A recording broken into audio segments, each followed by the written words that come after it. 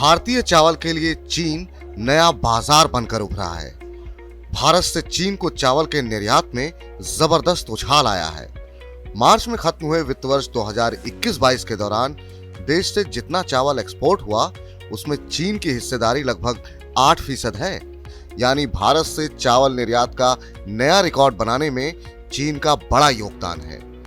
वित्त वर्ष 2021-22 के दौरान देश से रिकॉर्ड 212.1 लाख टन चावल का निर्यात हुआ, जिसमें 172.62 लाख टन गैर बासमती और 39.48 लाख टन बासमती चावल है।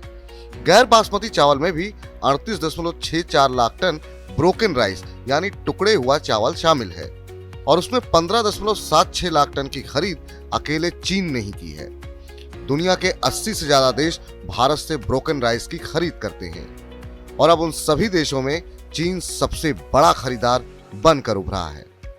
जानकार बताते हैं कि चीन में चावल से बनने वाली वाइन और नूडल्स के लिए भारतीय ब्रोकन राइस की ज्यादा मांग है। दुनिया भर में भारत चावल का सबसे बड़ा निर्यातक है और चीन सबसे बड़ा कंज्यूमर।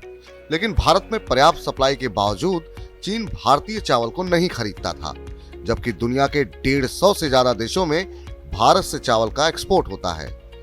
हालांकि भारत से रिश्ते सुधारने के लिए 2 साल पहले चीन ने नीति में बदलाव किया और भारत से चावल खरीद को कई गुना बढ़ा लिया। 2020-21 में चीन ने भारत से सिर्फ 2.73 लाख टन ब्रोकन राइस खरीदा था। 2021-22 में यह खरीद लगभग 6 गुना बढ़ गई। चीन के अलावा दुनिया के कई और देश भारत से बड़ी मात्रा में चावल की खरीद करते हैं। बांग्लादेश, नेपाल और श्रीलंका जैसे पड़ोसी देशों के अलावा अफ्रीकी देशों को बड़ी मात्रा में गैर बासमती चावल का एक्सपोर्ट होता है। वहीं खाड़ी देशों को ज्यादातर बासमती चावल निर्यात होता है। रूस यूक्रेन युद्ध की वजह से दुनिया भर में बढ़ा खाद्य संकट इस साल भारतीय चावल की निर्यात मांग को और ज्यादा बढ़ा सकता है और देश में पर्याप्त स्टॉक तथा रिकॉर्ड उपज एक्सपोर्ट मांग को पूरा करने में मददगार हो सकती है। मनी 9 के लिए मनोज शर्मा।